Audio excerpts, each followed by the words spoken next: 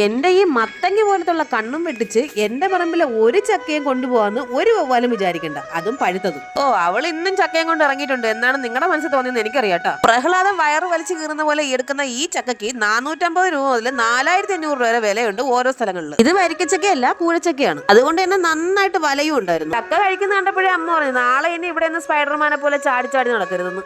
എന്തായാലും പറമ്പിൽ ആവശ്യം പോലെ ചക്ക, എന്താ പിന്നെ വെറൈറ്റി ഒരു സാധനം പിടിച്ചാലോ. ആദ്യത്തെ പരിപാടി ചക്കക്കുരെല്ലാം എടുത്ത് കാട്ടി കളഞ്ഞിട്ട് ചക്കയുടെ പൾപ്പ് മാത്രം എടുക്കണം. ഇനി ഈ സാധനത്തിന് നന്നായിട്ട് കറണ്ട് പോകുന്നതിന് മുന്നേ മിക്സിയിൽ വെച്ച് അരച്ചെടുക്കാം. എന്താണെന്നറിയില്ല, KSEB കാരിപ്പോ എന്നോട് ഭയങ്കര സഹകരണമാണ്.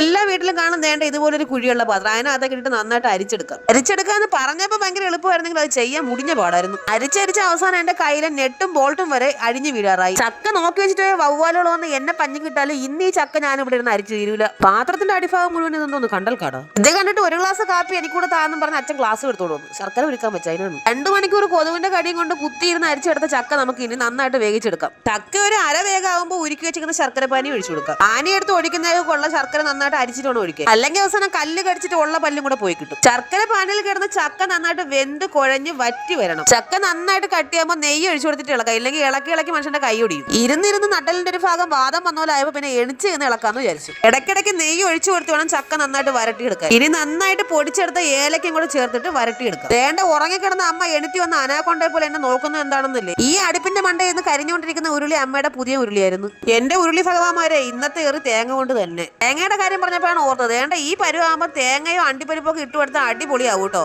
ഇവിടെ ഉണ്ടായിരുന്ന അണ്ടിപ്പരിപ്പൊക്കെ നേരത്തെ ഞാൻ അകത്താക്കിക്കൊണ്ട് അതൊന്നും ഇതിനകത്ത് ഇടുന്നില്ല കേട്ടോ. അപ്പൊ നമ്മുടെ ഒന്നാന്തരം ചക്ക വരട്ടിയത് തയ്യാറായിട്ടുണ്ടേ. ചാനൽ എല്ലാവരും സബ്സ്ക്രൈബ് ചെയ്ത് സഹായിക്കണേ. ടാറ്റ.